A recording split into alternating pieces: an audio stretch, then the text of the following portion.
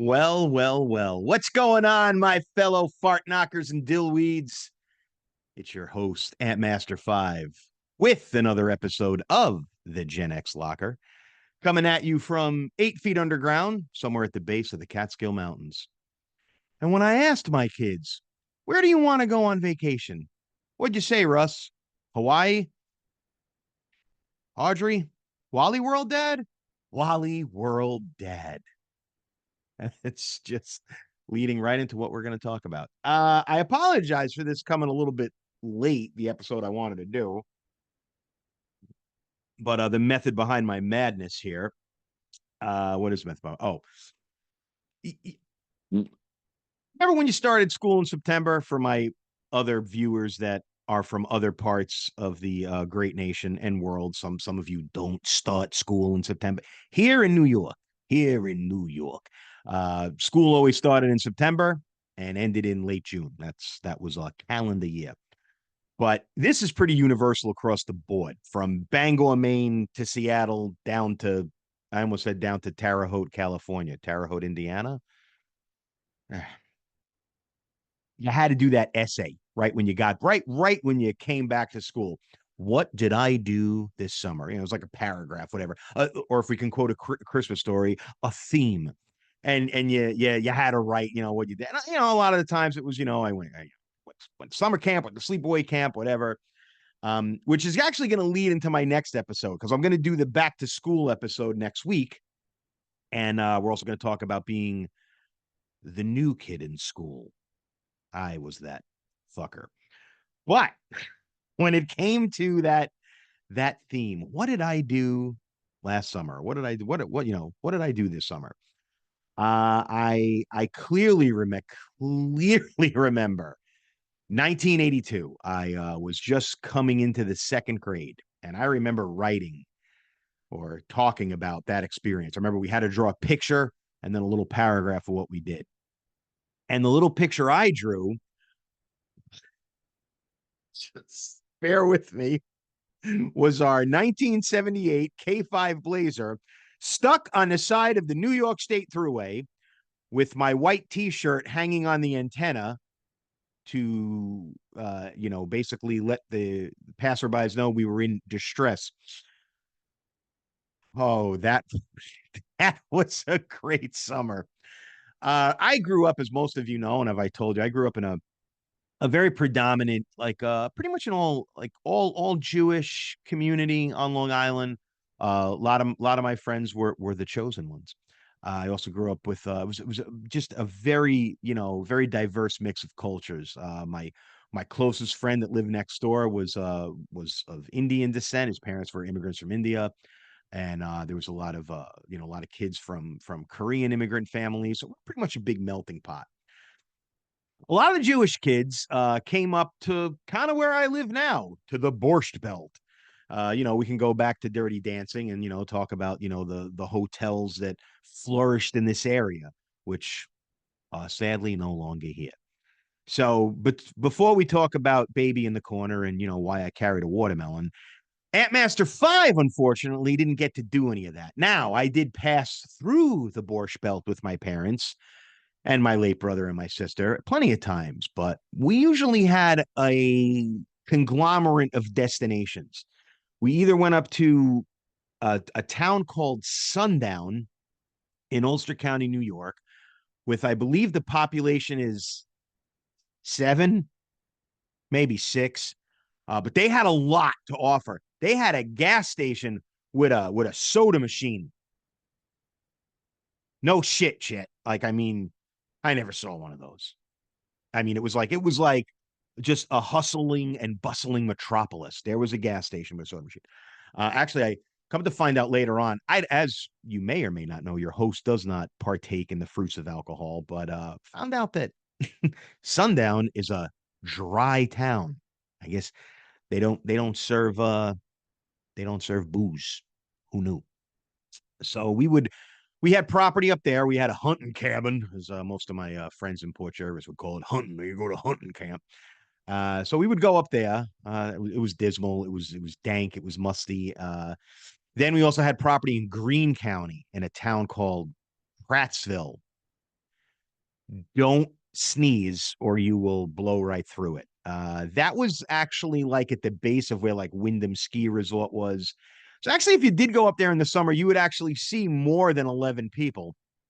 But where did the AntMasterFive family go constantly? You guessed it, Lake fucking George. Now, Lake George from my old home in Nassau County, Long Island, I lived in I don't want to call it a gated community, but I lived in a town, I lived in a village, a town, a conglomerate, I don't know what the fuck they call it. New Hyde Park, but then the section that I was in was called Manhasset Hills, and it was nowhere near Manhasset. Nowhere near Manhasset. If you think of Manhasset, if you're from Long Island, you think of Billy Joel, you think of the Miracle Mile Mall, nowhere near it. So I don't know why the hell they called it that. It'd probably be like living in a town in Seattle and you called it Little Detroit. Anyway, so the drive from our home on Long Island was like three and a half, 3 hours and 45 minutes, close to 4 hour drive. But it felt like it took 16, 17 hours. You just drive and drive and drive. And we did this in one of two vehicles. My mother, rest her soul, had a 1974 Malibu station wagon. It was a 9-seater. So I can definitely relate to the movie Vacation. I can definitely relate to Vacation because yeah, we piled in that thing and it had a roof rack. I don't think we ever used it. It was is there anything okay, if we're looking at the Def Leppard tapestry from Pyromania, that sky blue, that's almost what it was like. It was a boat. I don't know, maybe got 4 or 5 miles to the gallon, ate more oil than it did gas. Piled in that thing and headed up to Lake George. Or my dad had a K5 Blazer, which he subsequently gave to my brother when my brother turned 16 or 17. I think it was 16. Yeah, because I was little.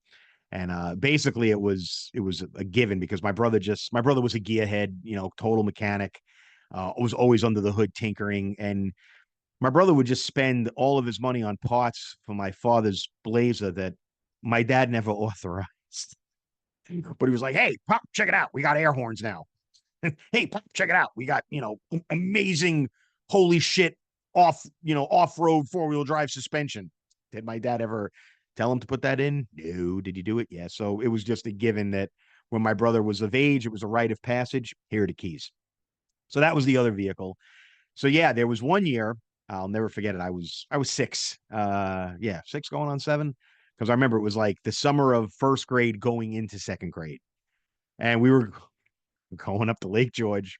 We got stuck somewhere on the New York State through. You know what? I should have actually called my dad to actually do a little bit more research and ask what that problem was with the Blazer. I don't know if it was like the timing chain. All I remember was being in the back seat, crying, and it was raining, and I was just like, and my sister Maria just shut up, and my brother and my dad out tinkering under the hood, and my brother, knew what the hell was going on. My dad, on the other hand, try this over here, try this, take this cable and put it on it. It was literally like watching. Where are they? This is perfect. Ah, your mother's ass. It was literally like watching Chewbacca. Han Solo was here a minute ago, and Han tinkering under the hood of the Millennium Falcon. It was hysterical. Like, I mean, that's how it was. Like, what are you taking this apart now? It's like I just put this back together. Thank you to my producer, Han and Chewie. That's literally what my dad and my brother looked like under the hood of the Blazer. Whatever went wrong, what was the addendum to it? Find out what the problem was, and then you can amend I it. I totally could amend it. Yeah. By the way, this is what happened.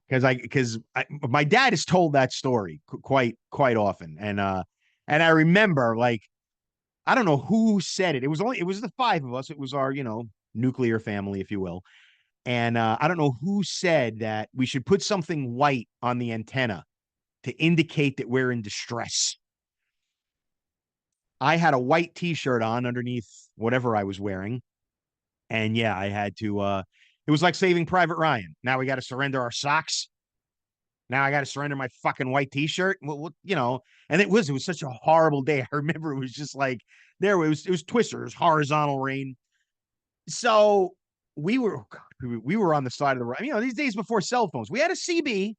I remember we had a CB, and I remember my dad over there, holding the CB. Hey, breaker 19, the breaker 19. Somebody got a Mayday, whatever.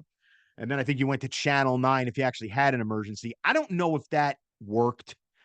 Eventually, the New York State Police, that was so funny because they're, so, you know, everywhere here where I live now. And it was like, I only living on Long Island, I only saw the New York State Police like once we went over the border of Westchester. And a trooper actually stopped. Stetson came up to the window. It's like people in trouble, and I'll contact a garage. And I remember that flatbed came, or tow truck rather, and because the Blazer was too big for flatbeds of that time period. And yeah, we spent most of that vacation in like some mechanic shop. I forget where, and I remember. Oh, here's something I always remember on May lightning strike me dead. Don't know lightning. I always remember being in like the waiting room of this garage. And, it was kind of like a small garage, kind of like one of our local garages here. I won't mention names, kind of looked just like that. So picture a family five sitting in one of those waiting rooms, which is, honest to God, the Gen X locker here is bigger than one of those waiting rooms, and like I don't remember where we got coffee. I think we might have brought it with us. We had the old plunger portable thermos thing. God, I could see that thing. It was orange and white, and it was probably all. I'm getting off topic. Glass blind. I can remember like my mom sitting there, clutching coffee. My sister just having this look of disgust on her face, like, how could we be in this situation? And there's me, and I'm a little guy, but I was always on an advanced reading level. Yes, AntMasterFive was almost a genius, except I had the math skills of a wet pig. And this garage had all of these framed news clippings up of these disastrous wrecks on the New York State Thruway.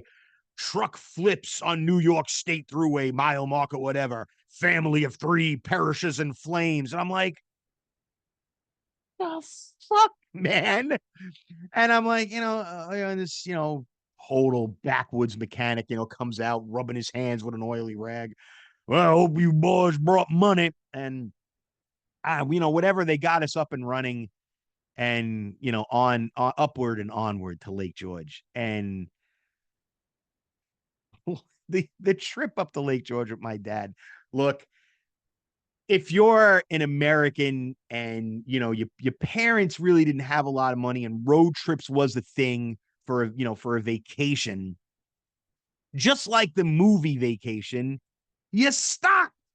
You stopped along the way. That's what do they say? Getting there is half the fun. Yeah, we would stop, all right. We wouldn't stop for food because my dad would turn, if you made a peep in the back seat and said, I'm that's HU, and you're not gonna say NG, you're not gonna say hungry. You got I'm and then from the steering wheel, hey, talk about hungry. You ate last night. You ate Tuesday. Well, it is Saturday. Yeah, my dad was not stopping. He's a chef, pizza man. Whole life and career is about the culinary arts. We're not stopping for food. We wouldn't stop for food. We would have stuff with us. We had like one of those old school, like olive drab army Coleman coolers. We always packed the same things, cold cuts. Uh, we were never we were never allowed soda at home, but we had soda in that cooler. Pepsis and Tab. There was always Tab because my sister had to drink Tab. And that never happened. If John Basil is watching. And and always Italian cold cuts. There was no bologna, there was no turkey, there was ham, but then there was like mortadella, there was gabagol, and prosciutto, and a block of stinky Parmesan cheese and or provolone that my dad would take. No, we never did the stick of pepperoni. No, pepperoni in the AntMasterFive household was strictly for customers only, and it went on our pizzas that we served in our pizzeria. But my dad with like this old rusty Schrade knife, just cutting off pieces of Parmigiano Reggiano. Hey, I want to put this on a mortadella over here. Put it on a biscuit. So that was about it. We weren't stopping anywhere. Unless we stopped for gas or unless we broke down, we weren't stopping anywhere. Unless there's Q Chevelle. Here's the clincher. Unless my dad wanted to stop at a real estate office because maybe that was the week he wanted to open up a ice cream stand or a hot dog truck or whatever, and he wanted a prime piece of property. But finally, after 7 days of being on the Oregon Trail, we would get to Lake George. And I mean, Lake George was kind of fun. We did, the typical family shit, running, jumping, climbing trees. You went in the lake. You put on your bathing suit, bathing suit. You went in the lake. You fished. My dad really, my dad and my brother hunted. They really didn't know the first thing about fishing. We fished. I remember like my brother or my dad catching a fish and not knowing what to do with said fish. So we would always get what's the word for it's like a motel on the lake, but it has an efficiency. Yeah, so it had like a kitchen area, refrigerator, had a stove and whatnot. No microwaves back then in like the late 70s, early 80s. Because we weren't going out anywhere. We had to cook. All right, give my dad credit where it's due. I think like if we were there for like an extended weekend, maybe like Friday and Saturday, yeah, we're gonna go out to dinner. We went out to dinner, and I admit my parents like spared no expense. But like breakfast and lunch, we had to like cook, in the efficiency. Every time I think of motel efficiencies, I think of the Terminator. And there's Sarah Connor and Kyle Reese making dynamite. It looked the same way. And I remember, oh God, I remember there was always a Hojo, a Howard and Johnson. That it was almost like it was an orange. What do they call it? Like the Mexican tiles or Spanish tile. It had that type of roof, the orange roof, blue shutters, and terracotta, right? Terracotta. I used to have a terracotta fire pit thing back in the day. And we'd stop at like Howard and Johnson's like only when we got to said destination. You didn't Howard Howard. What did I say? It's not an end. Is that a Mandela effect? It's not Howard and Johnson. Oh shit! I gotta watch Blazing Saddles again. Fuck me running. All right. So sometimes we would stop at a Howard Johnson or an IHOP or something like that. Oh God! Well, I didn't want to break out the collage. There's a picture of me and Dad at the DP Dean, DEPEDEAN motel or motor lodge. And I remember there's a picture of me and Dad in that collage at the top of the stairs, and that was a Lake George staple. And that was it. We really, I mean, we really just you got on each other's nerves for 3-4 days, and you got back in the Malibu or the Blazer. I remember more, like more being in the Blazer, and just bags of dirty, wet clothes that just stunk. So like when Gliz, when Clark Griswold says to, you know, uh Mr. Mr. Wally World there, when he says that smell in the back seat. Oh, I know that smell. That's the smell I think about, and if you were using, the public pool, it had that lingering chlorine smell, and then I remember my sister had a friend that came with us. Debbie was her name. I don't know what year that was, and that was another trip up to Lake George, and we were a couple of people at that time. So I remember, like, my mother drove the Malibu with my grandmother. I forget who else. One of my cousins might have come. Don't quote me. And then uh me, dad, and John, my sister and her friend Debbie were in the Blazer. We were following each other up, and Debbie got car sick, and Debbie ate baked ziti the night before.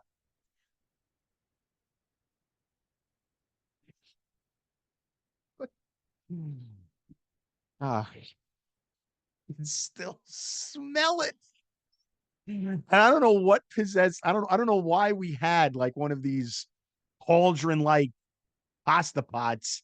I remember her. I remember besides us pulling over and her, throwing up over the guide wire, and like my sister holding her hair. I remember her throwing up in a pot in the Blazer while we were driving, and I was like, "Yeah, that's." And it looked like SpaghettiOs. Why do I remember shit like this? And yeah, those were the trips to Lake George. And let me tell you something. That was just like, you know, to to reiterate what I said. We all got on each other's nerves. We could not wait to get back home. And I always remember like seeing like the Throgsneck Bridge like coming into view or the Whitestone and be like, thank God. And taking like a real shower. And yeah, those were, I don't know what your family vacations were like, but that was, those were the AntMasterFive vacations. Every once in a while, like I said, we would go up to the other two properties. Prattsville, there was really like nothing fun to do and stuff like that. There really wasn't a lot of places to eat. It was, it was like a one horse town. And forget sundown. I mean, like I said, gas station with a vending machine. A couple of times we crossed the border. Everybody got their passports. We did go to Canada, and the Niagara Falls. That was well, that was a decent trip. But other than that, those were the road trips from back in my day. They weren't very memorable. I don't know. Like I said, I mean, talking to my friends, and when you had to write that theme, come the Monday. No, Monday is Labor Day, you twit. But the day after Labor Day, when you started school, all of my other friends, excuse me, they did the coolest shit. I didn't, I didn't do, I didn't go to a driving range. I didn't play mini golf. I wasn't horseback riding. I wasn't playing lawn darts. Well, there was no zip lining back then. But I was like, well, what'd you do? It's like, well, we got stuck on a New York State thruway for 6 hours, and I had to put my T-shirt on the antenna in the rain, and we ran out of mortadel. Yeah, all my friends had just they just had the cooler stories. They were cool, very very posh high society. They were at very posh hotels, the Nevele, the Concord, the Raleigh. They were. No, not us. No, we would just drive and drive, drive. It was just I not no, not a lot of fond memory. I'm trying to think of like, oh, you know what happened that was awesome? Nothing. Nothing. One of the cousins, every once in a while, some of my mom's family would meet us, either my cousins from Deer Park, my cousins from Connecticut. And that was always a little better. Like if they came, they had a bit of an itinerary that went beyond, let's go to Century 21 and look for a piece of property that we can just walk on with dad and go, hey, you know what, we're gonna knock this land out over here and make a building and a couple of outhouses. No. They would want to do fun stuff. Like I remember like my Uncle Angelo, my Aunt Joanne. I remember like going to Great Adventure. That was another trip. Now, my hat is from Cape May. Uh Cape May is the last possible exit off the Garden State Parkway in New Jersey. It's actually exit 0. And it's a beautiful, ocean town.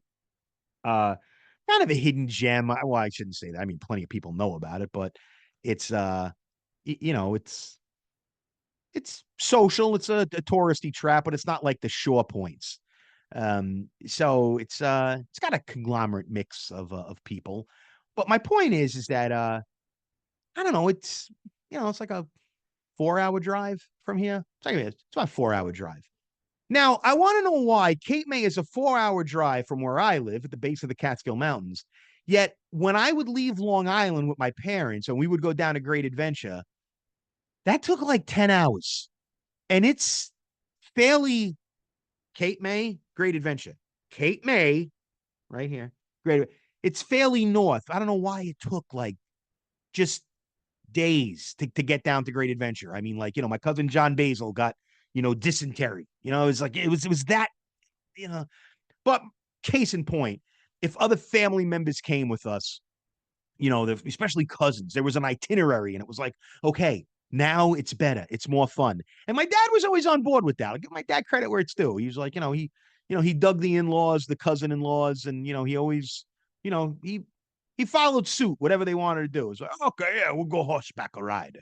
So every once in a while it did happen.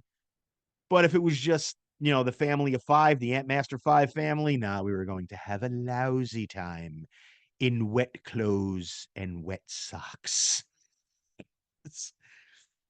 So no, I mean, definitely, hit me up on the comments, or of course, you can email me at the genxlocker at outlook.com. Where did you go on vacation? Inquiring minds would like to know. Did you go to Europe? Not that I mean, once upon a time, the AntMasterFive family did have, some type of positive currency flow coming in.